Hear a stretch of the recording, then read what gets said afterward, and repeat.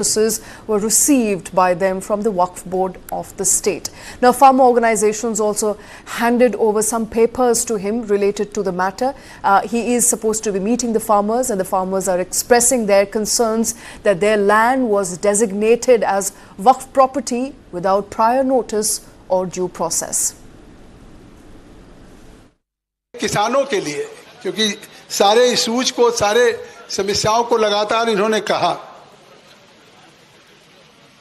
तो मैंने कहा कि मुझे जरूर जाना है। अब यहाँ पे आने के बाद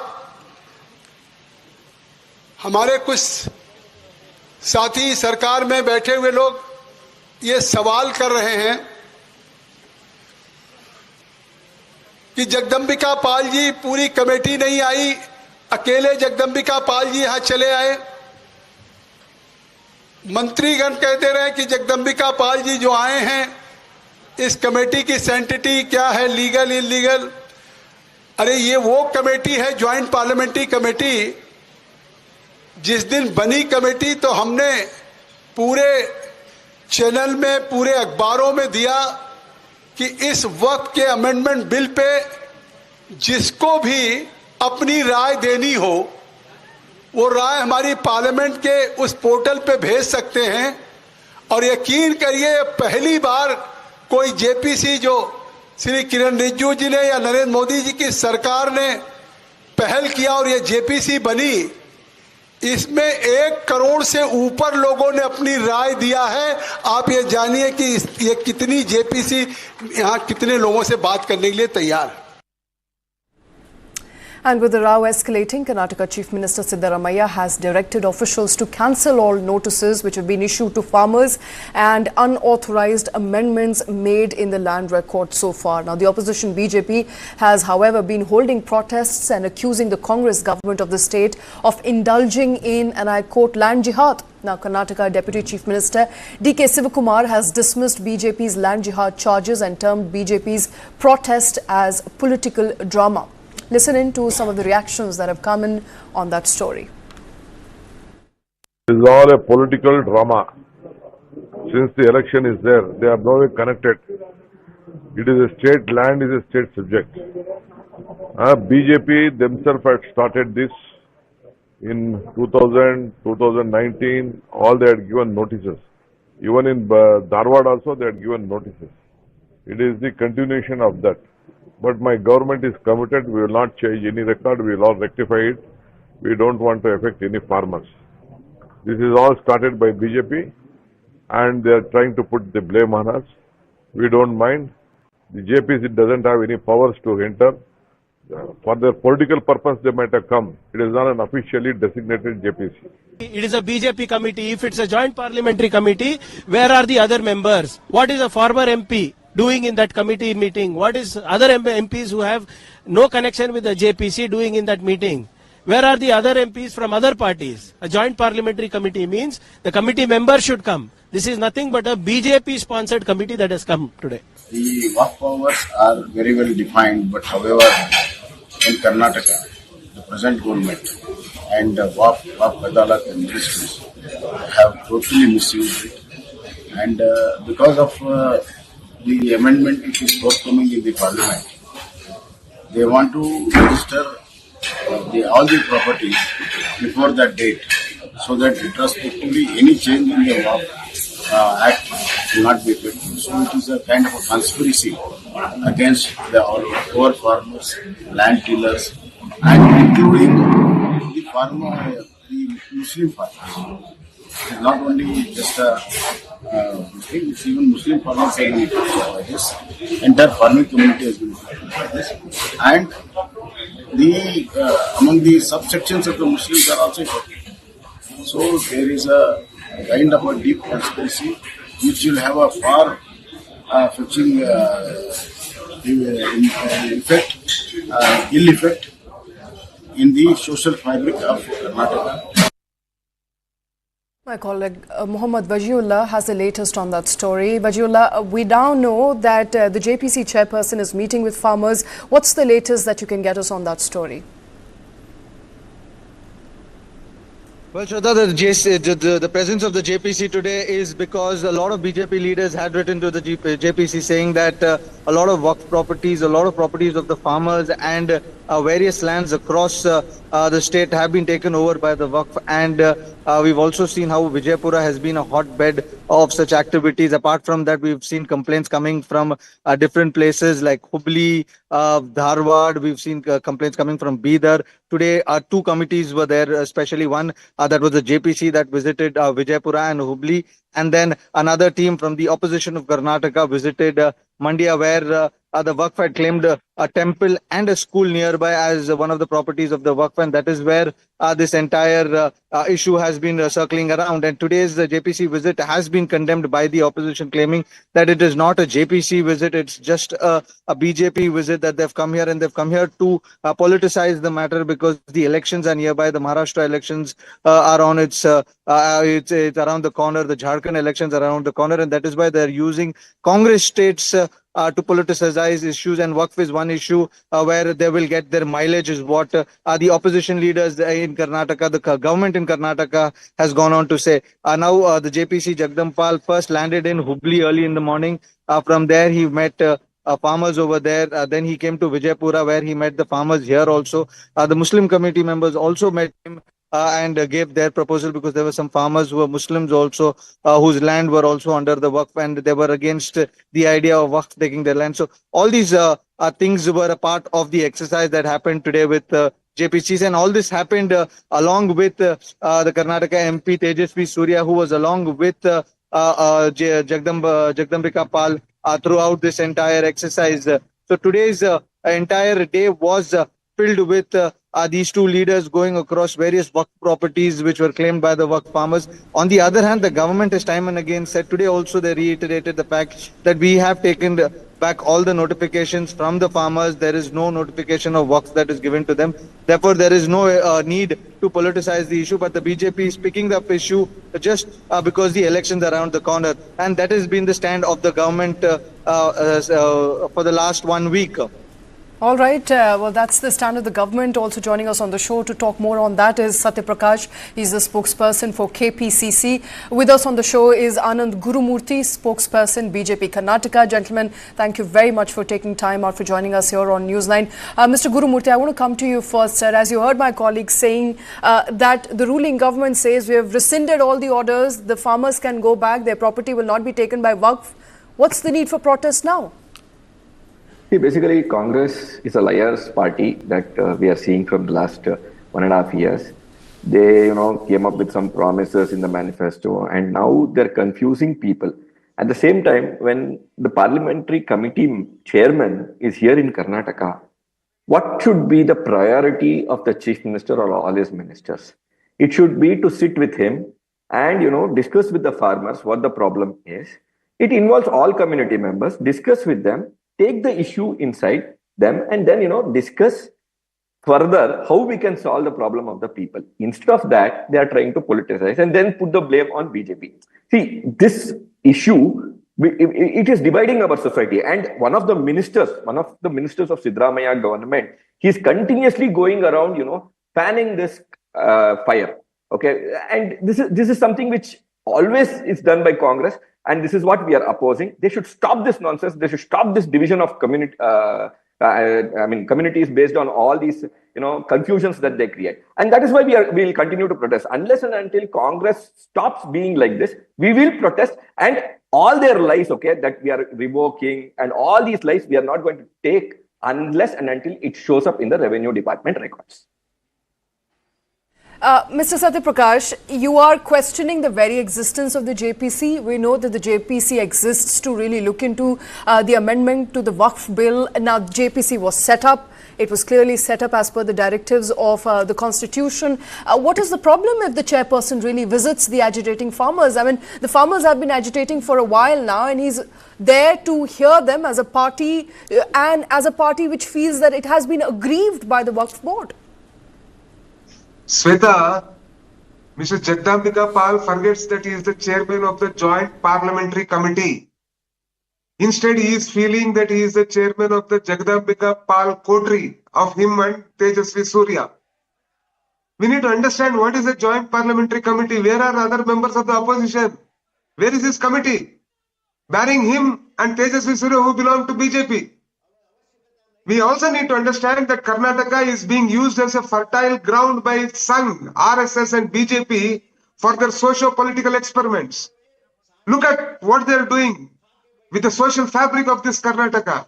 They are using 3-letter words, 4-letter words, 5-letter words. They just use, CAA, hijab, halal, and now Waqf to bring about divisions within the society. Karnataka is a land of Baswanda, land of Kuvempu, where both Hindus and Muslims have lived together peacefully for thousands of years. And here, since people of Karnataka have rejected Modi, have rejected BJP by giving 136 seats to Siddaramaiah and Congress government, a secular government is in place. BJP and RSS is hell-bent in bringing disrepute to the people of Karnataka. And thereby they are doing this. Look Harsh, these are your own farmers. Vijayapura.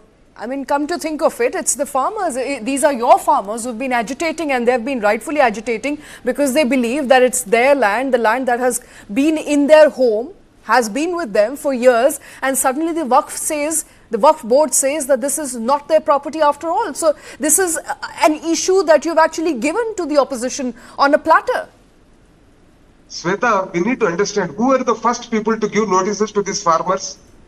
It was Bombay government in 2019 to 2022, not we. And this is an extension. And 80% of all the land records were changed during BJP period. During Bombay's period. Only 10 to 15% is changed now. But we, by standing with the farmers, what Mr. Bombay couldn't do, Mr. Siddaramaiah has done. Now Siddaramaiah's government has thundered, saying that even though there are change of records, all the DC and the Tahsildar have been given strict instructions that these works should be taken away. Wherever farmers' interest is there, farmers should be protected at all costs. It is Siddaramaiah government which has stood on behalf of the farmers. It was not BJP. Now, which government asked Waqf to digitalize all its properties? It was Modi's government which requested all state Waqfs to digitalize all its properties. And in tune with that, Karnataka Waqf Board has around 1,11,000 acres. Just around 40 to 42,000 acres only are in their possession. Another 60-70,000 acres are encroachments. Now you tell me, shouldn't the Waqf minister act against these encroachments? You tell me. Let the BJP tell that it should not act against its own Prime Minister and Minister of Minister of Minority Affairs who have asked the state Waqf to digitalize all these records and safeguard all the properties. You go and look into the amendments made in the Waqf 2024. They said all the properties of Waqf should be protected. What has Mr. Bombay has got? He has gone on record and the video is going around Karnataka. He says, Waqf land, ye Allah ka property hai. Aap log isko, you need to protect it. So what wrong are we doing? We are giving notices to those Waqf properties which belong to the Waqf. By chance, in Vijayapura, what has happened? According to a gazette in 1974, one village has wrongly been included there. The chief minister, the district in charge minister, and the DC has said that those records will be taken off, and all the farmers' land records which have Waqf will be removed. As simple as that. It is an error, and we have rectified it. But why has BJP not got the guts to rectify this error for the last 3-4 years that it was in governance from 2019 to 2023? Okay. Can BJP answer this question? Okay, I'll let Mr. Gurumurthy answer that question. Mr. Gurumurthy, you heard what Satya Prakash had to say. I think two of his points which make a lot of sense, that the digitization really started when BJP was in power in Karnataka. So what's the problem now? It's only coming into fruition now. The digitization started with the Modi government. That is number one. Number two, wherever there has been a mistake in identifying as a private property to be a Waqf land, that order has now been rescinded by the present government. Your answer to those two very important points that have been brought in. See, yes. Why were these errors done in the first place? And what action did they take on the officers who did these errors? See, imagine, Shweta, I and you also have homes, okay? We own something, some small properties that we own. and somebody comes to you and says your property doesn't belong to you on paper suddenly, what happens to those farmers? What is the trauma they went through in the last few months? And none of these ruling party members even cared for them. And when BJP started the issue, and when we started, connecting to the farmers, now they are also not cooperating with the the JPC chairman who is coming. Why? They have some ulterior motive. Congress always has some ulterior motives connected to any issue. Number one. Number two is digitization of properties was done by BJP is true, and that is good for everybody, not just any Hindu or Muslim. Any Indian who owns a property, digitization helps because lot of double entry system that Congress had introduced has been removed. There is only one entry, and if there is any change of property, change of hands, then it will be a legitimate change of hands of property. That's how BJP is treating the land records or any records in this country, including RBI related cleanup that was done during the Modi regime. So we are doing the right thing. Digitization is very good for this country with huge population and huge area. But Congress takes this word digitization and starts telling something negative. Okay, and also purposely through officers, they conduct mistakes so that people are in confusion, people fight against each other. As Mr. Satya Prakash started off. 1 second, before you level that charge, do you have anything to back up that charge? Do you have anything to back up that Congress did that purposefully? Yes, I will back you up. Right now, Satya Prakash told that there was some small mistake of including one village and we just changed it. Is that, a small mistake? Including a village. A village has so many survey numbers. Including that into one as a small mistake. You think, Shweta, anybody is going to buy into such things?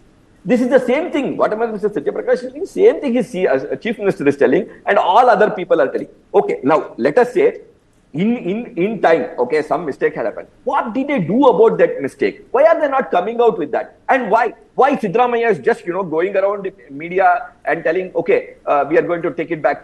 Why is he not coming out with a cabinet decision? Why is he not, putting it on paper? What cabinet decision? He's saying I've rescinded the order and that the order and the notice stands nullified. Let him come up with a cabinet decision. Let him come up with a cabinet decision saying cabinet decision on what, Mr. Gurmurthy? Protect the lands of the he's going to protect the lands of the farmers. Let him come out with a resolution. Why is he not coming out with it? See, farmers' lands, once suddenly somebody is going and confusing them, let him come out with a proper order, this thing, right? Cabinet decision so that people are, confident that the government is not behind their land to support, something or some ulterior motive of theirs or, flare up some communal tension just because the Muda scam has happened. All kinds of things this government is doing just to cover it up and, divert the attention of people. So this is something which is very serious, Shweta. They have to come out with proper black and white paper. On paper, they should sign, the cabinet minister should sign and say, yes, we had done a mistake and now we are reverting it. Let the farmers take their land back. This should be the spirit. But Congress is not showing that spirit. Instead, when BJP stood with the farmers, again, they did not have anything to say and started telling lies. And they are continuing to do that. People are understanding that way now. All right, gentlemen, we will of course stay on with that story. It's about farmers, the agitating farmers in many parts of Karnataka who now believe that they've been wronged by the ruling Congress party in Karnataka. Some of their own land, their ancestral land, has been misidentified as Waqf property. Whether the Congress party, which says that the encroached upon land has been rightfully identified to the Waqf, are those charges correct? Or whether the BJP that says that the farmers have in fact been misled and their rights have been encroached on, whether that is true or not, we don't know. There is of course a huge political controversy that is happening at the behest of farmers and the protesting farmers in Karnataka as we speak. We'll be coming back on that story a bit more after this very short break.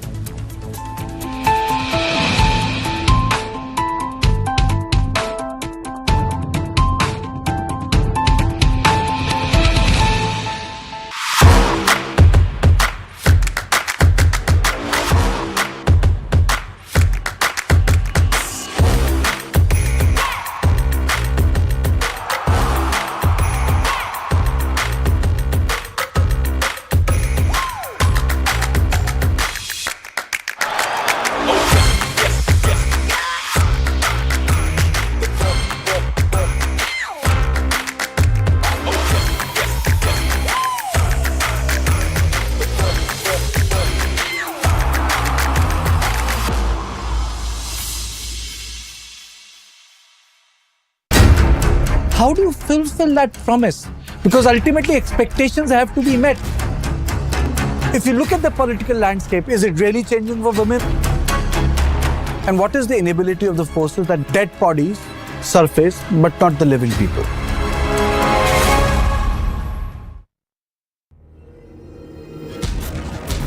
The next Indian icons, beating everyone on the globe. B6E and XEV9E. Mahindra's electric origin SUVs. Catch them at Unlimit India.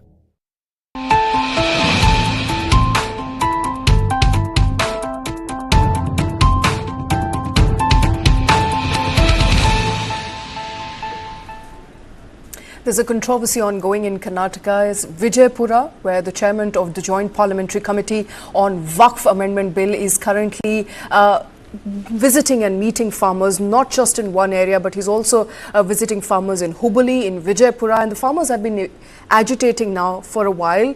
Remember, he is now in Belgavi, where he will be interacting with farmers who have been agitating against their land being marked as Waqf properties and the eviction notices that they received from the Waqf board. Now, farmers organization handed over some of the papers to Jagdambika Pal, who has been at the site and has been speaking to a lot of people there. This has resulted in a political slugfest and a controversy where both Congress party and the BJP are making serious charges and allegations against each other of misleading farmers. Let me quickly get in Mr. Gurumurthy, who was with us before we went on break. Mr. Gurumurthy, we don't have Mr. Satyaprakash to answer some of your charges back, but I think it's also important here to understand what is the problem now.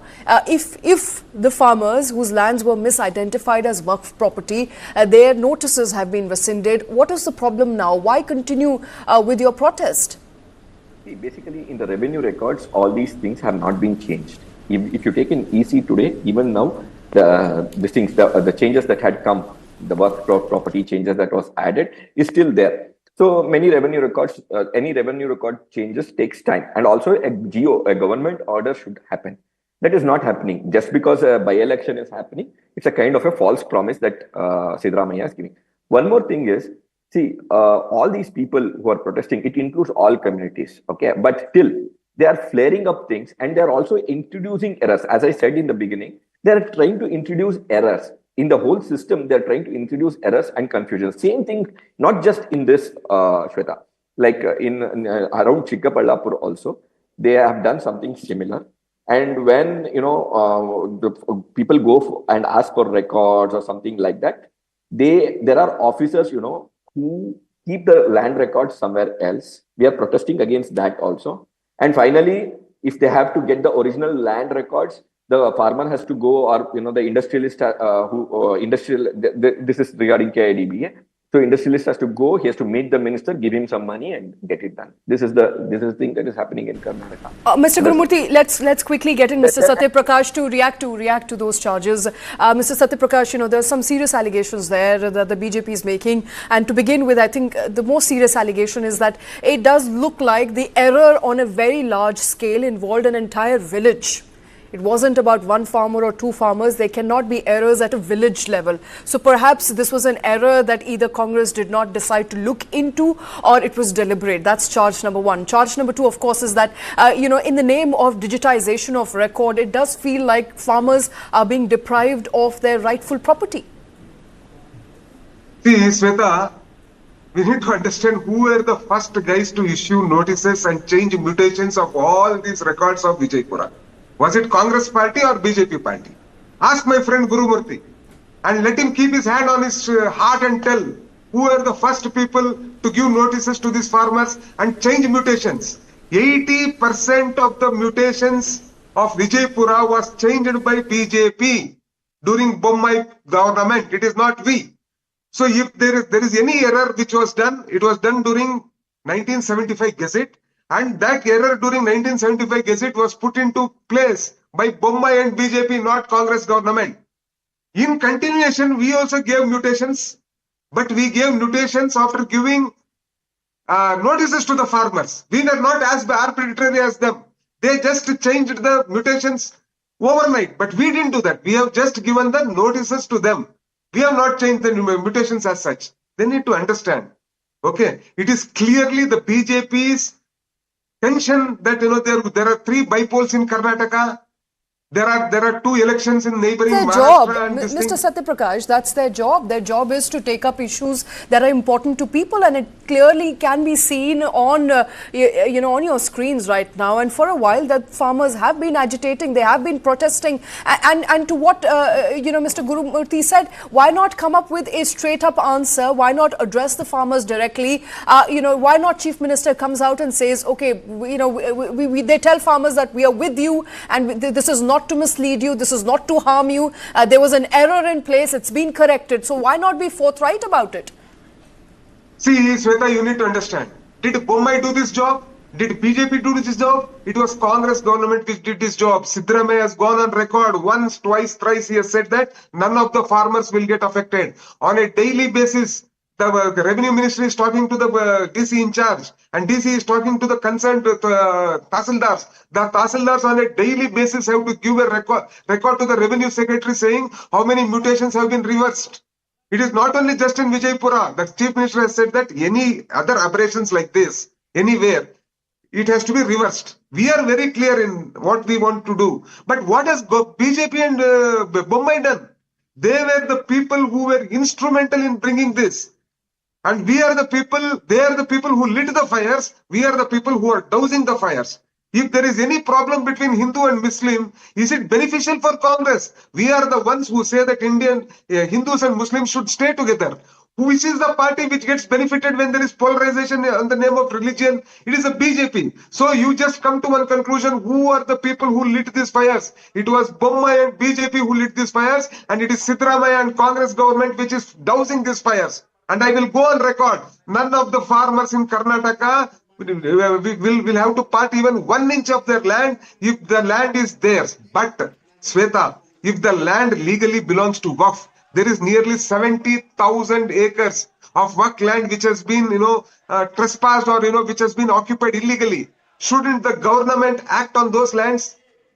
Does Anand Gurumurthy or you say that all the Waqf land which have been कब्जा किया है जो लोग ने उनको छोड़ दे हम लोग?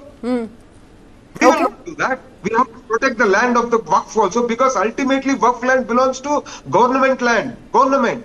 Okay. You in Karnataka, 857 acres of Devasthanam temples land also is there. But has even once BJP, which says it is a champion of Hindus, has talked even once about those lands, 857 acres? 270,000 forest land is being encroached. Has BJP once talked about that land? 1 lakh acres of Gomala land is missing. Has BJP even once spoken about that land? 78,000 acres of government land is encroached by private parties, including those from BJP. Has BJP spoken once? They will not speak about those lands because they will not get any benefit. There is no Hindu-Muslim in that land. But in Waqf land, there is Hindu. So they can polarize. So this is a game plan done by BJP to lit fires in the society. We will go all extent to douse this communal fire set up by castes and communals in the state of Karnataka. All right, Mr. Satyaprakash, I see you've exhausted yourself. Let me quickly give in one last chance to Mr. Gurumurthy to really respond to that strong allegation. Mr. Gurumurthy, you heard Satyaprakash. He's saying very clearly that it was the BJP government that started the fire. We're trying to douse it. See, first of all, if the BJP has done a mistake, okay, Congress would have taken big advantage of it. Okay, we have not done any mistake, and Congress knows about it. They are caught in the act. Okay, so now they want to tell everything. Like, for example, they are telling we are going to reverse it. That is their mistake, which they are reversing. Second thing is, even in the Muda scam, Siddaramaiah was caught, taking those sites illegally. And finally, now he reverted. He says, I've reverted, and he's, Lokayukta is actually investigating.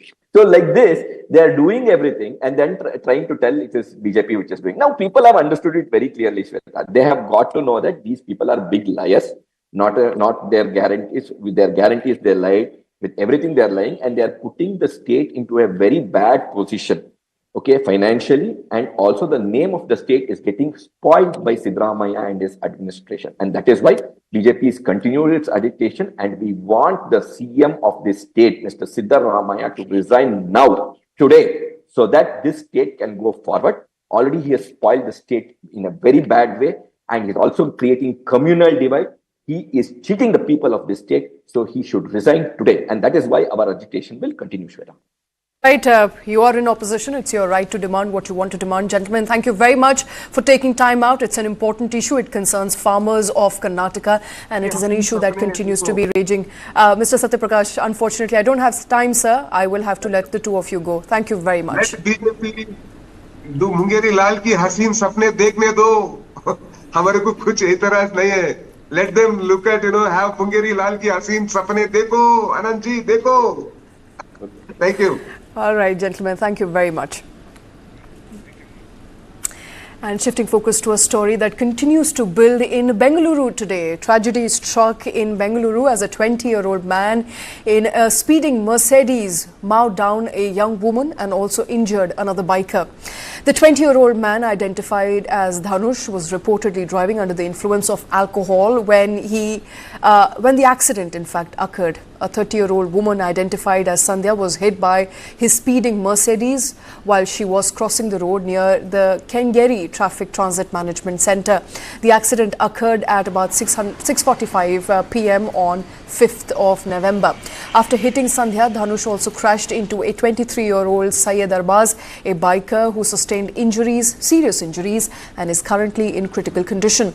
After both the accidents, Dhanush reportedly attempted to flee the scene but was apprehended by people passing nearby and was later handed over to the police. A blood alcohol test conducted on him reportedly revealed his alcohol level at 177 milligram per 100 milliliter, which is far above the legal permissible limit.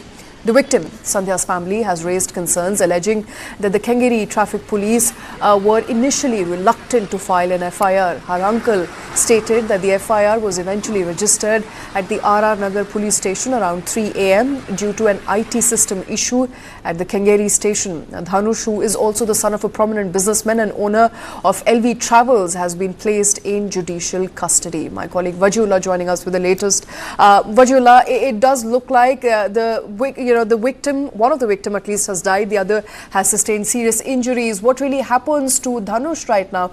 He is in police custody? Well, yes, right now Dhanush is in police custody. He's been in the custody since the accident because it was a hit and run case, and he had actually fled the scene. And but the passerbys and the people who were there, the eyewitness, then followed him, and he had stopped at a signal, and that is where they got caught. They got him. They thrashed him before they handed him to the police, is what we've learnt. But right now, what we know about Dhanush is there's an FIR against him with 4 charges. One is rash driving, one is drunken driving, one is culpable homicide, not with the intention of murder. So all these charges have been leveled against him because he was also drunk at that point of time, and he was drunk above the permissible limit, is what we've also learned from the police who was investigating this matter. Now, Dhanush comes from a very affluent family. He's from his father is an owner of a travel agency, and the vehicle that he was riding is also a new vehicle that his father had just bought, is what we've been told.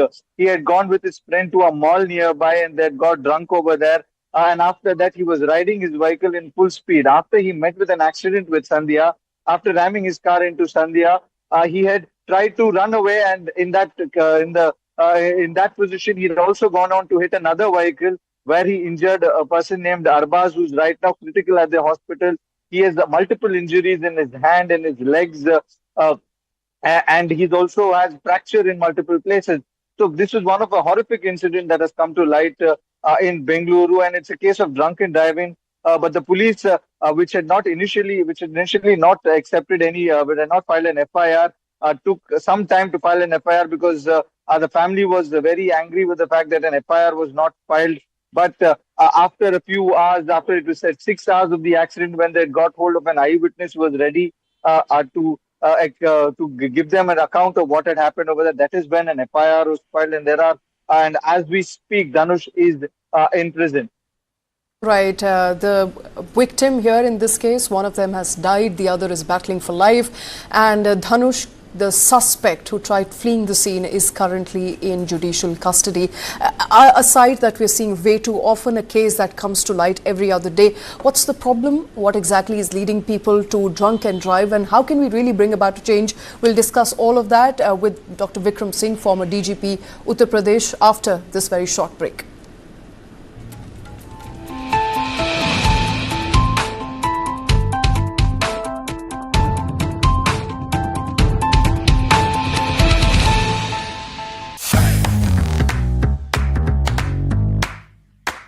look what happened. Is this crazy?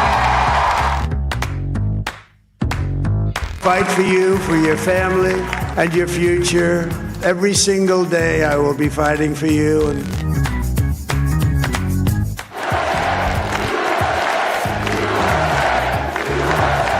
I believe the greatest political movement of all time. There's never been anything like this in this country and maybe beyond.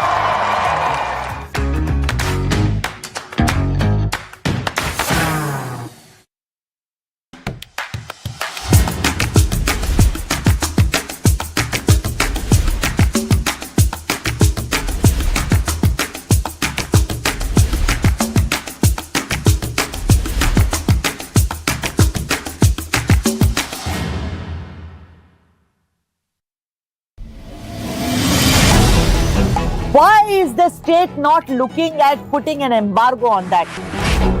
As a Telangana person, I will not accept. How do ordinary folks deal with this?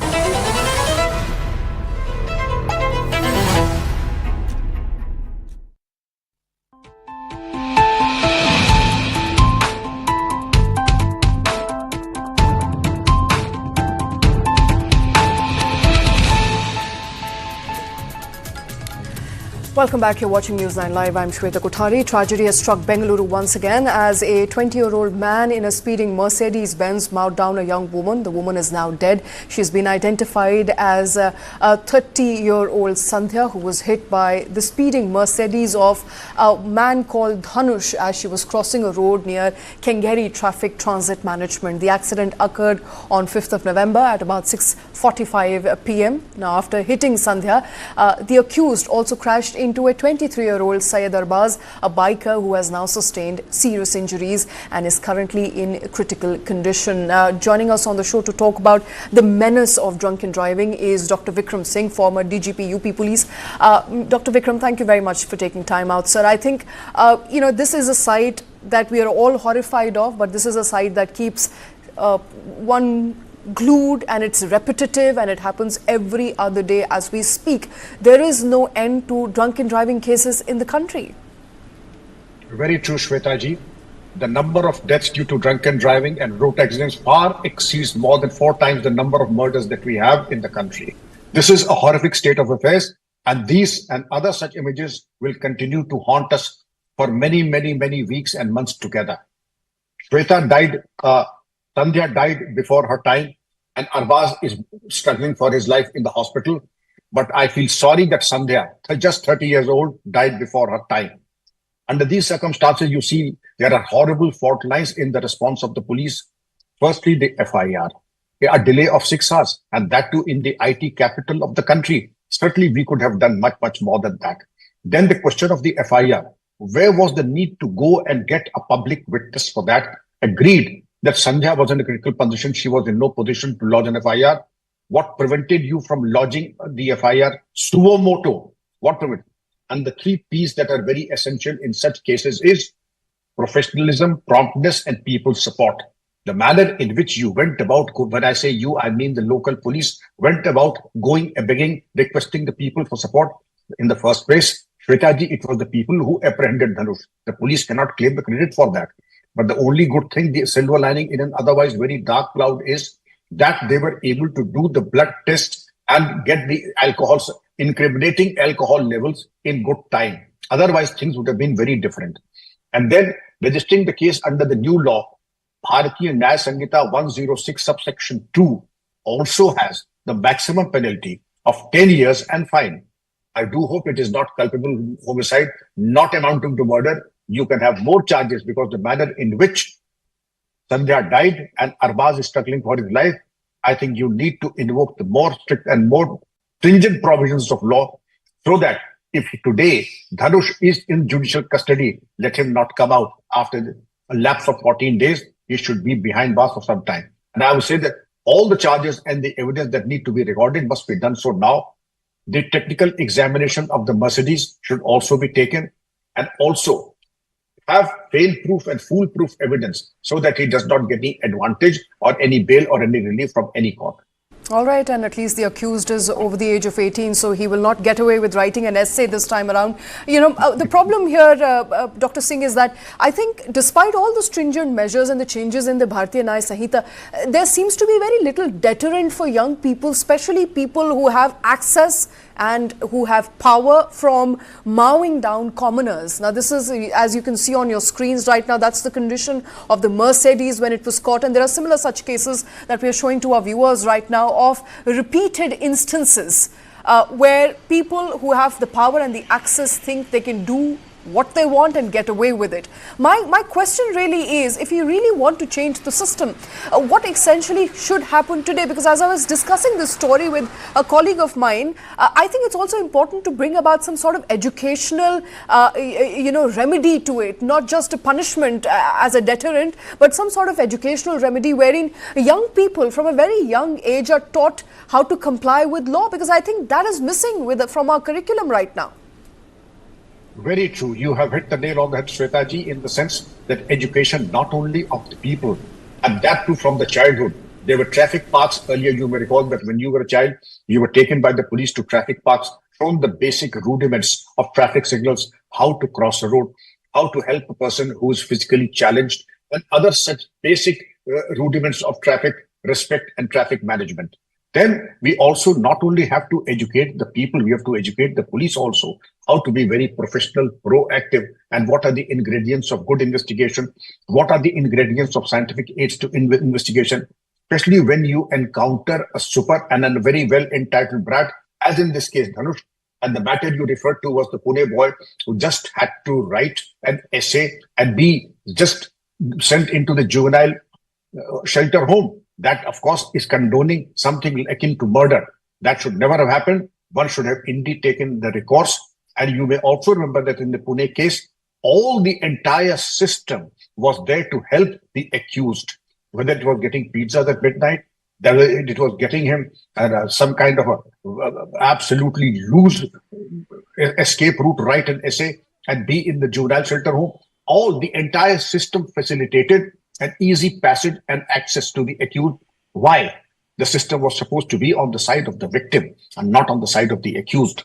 Not putting the cart before the horse. The police have to be trained. The people will also have to be trained. Yes, 4 times the numbers of murders if they're dying in drunken driving and road accidents. That's a tragedy that is best averted, contained and controlled, Shwetaji.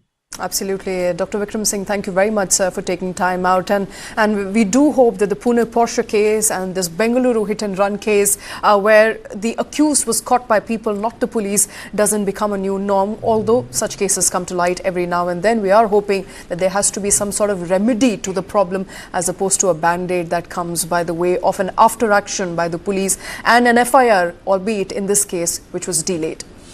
Shifting focus now, Kerala is gearing up for by-polls on 20th of November, and a midnight raid by the police at a hotel in Kerala's Palakkad has spiced things up in the campaign. The searches, which began around midnight, included inspecting rooms occupied by Congress leaders Bindu Krishna and Shanimol Usman. Objections were raised when officers attempted to enter the room of a female leader without a woman officer present. Referring to the raid, Palakkad District Police Superintendent R. Anand said that the police had acted on secret information that illegal money was kept in the hotel in Palakkad and that every procedure was followed during the raid. Now, DSP Anand added that the secret information about illegal money was general in nature and did not refer to any specific political party.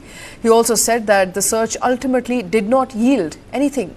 The Congress has alleged a major conspiracy by the BJP behind the raids to tarnish the party's image ahead of the polls in Palakkad. By-polls in Palakkad have grabbed attention as the BJP has been front-runner in the seat in the last 2 assembly elections, though the Congress has retained the seat in the last 3 elections. Both the CPIM and Congress have accused each other of striking a deal with the BJP. election commission police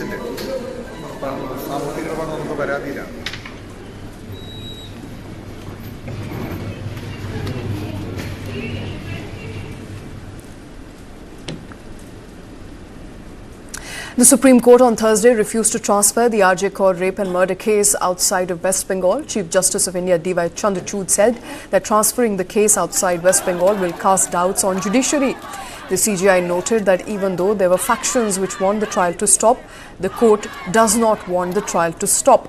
The court also said that the plea to shift the trial outside of the state could even be construed as a ploy to delay or sidetrack the trial. On the submissions that there were more evidence to unearth and the conspiracy ran deeper than what was on the surface, Chief Justice Chandrachud said that the sessions judge was a senior judicial officer who had the power to alter the charges. A Kolkata Sessions Court framed charges against the prime accused Sanjay Roy in the case of rape and murder of the woman doctor at RJ Kaur Medical College and Hospital earlier this year on 4th of November. The court said that the trial in the case would start on a daily basis on 11th of November.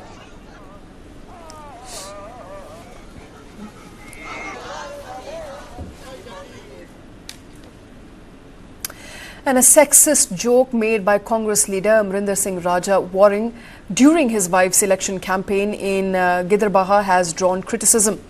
Now, Waring implied that working women who wear bindis and lipstick are neglecting their household chores. Now, while campaigning in the area in support of his wife, Waring was heard saying, "What should I do? She goes out at 6 a.m. wearing lipstick and a bindi and returns at 11 p.m. She is of no use to me.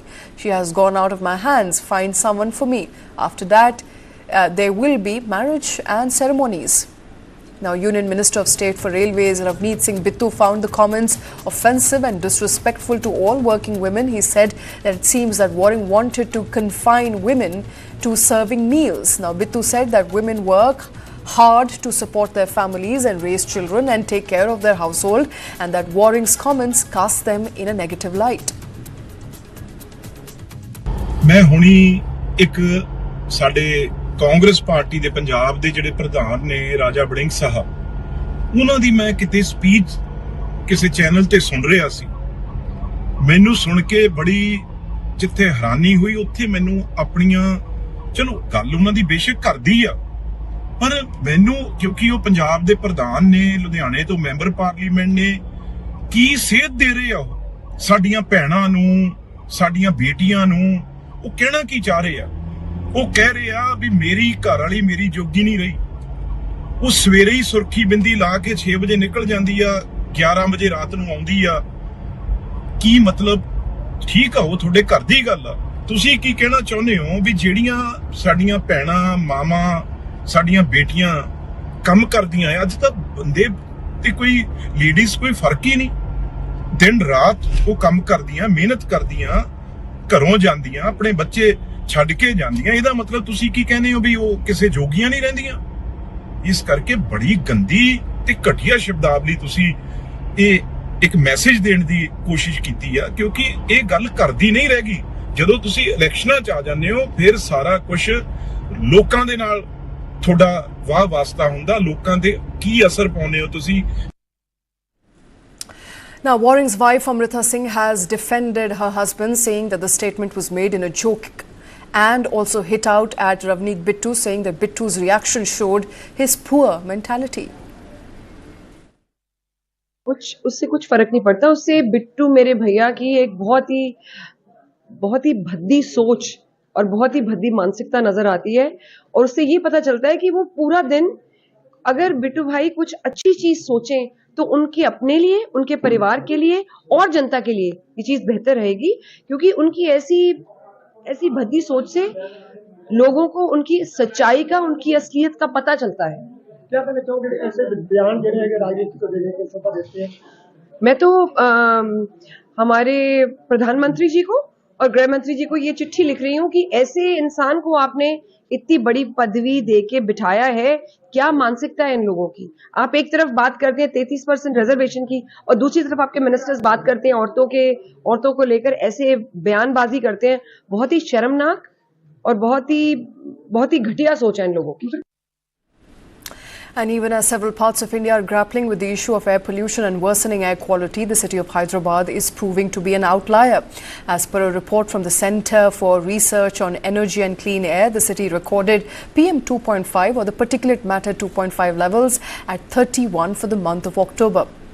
Now, this is within the satisfactory air quality category and within the national ambient air quality standards.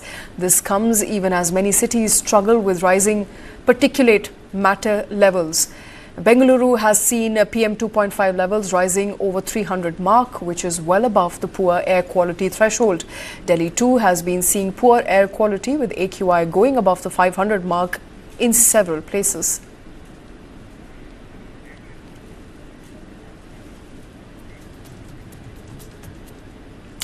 And Israeli Prime Minister Benjamin Netanyahu recently sacked his Defense Minister Yoav Gallant. His decision has surprised many as it comes at a time when the operation in Gaza and Lebanon goes on. We leave you with the News 9 report, which explores the possible reasons behind this decision by Netanyahu.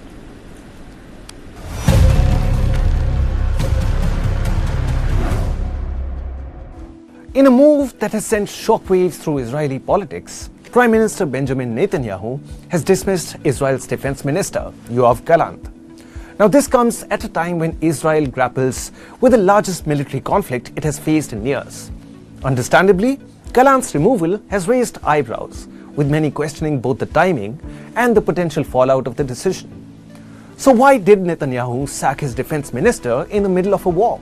News 9 Plus decodes. Gallant's sacking is particularly surprising given the context.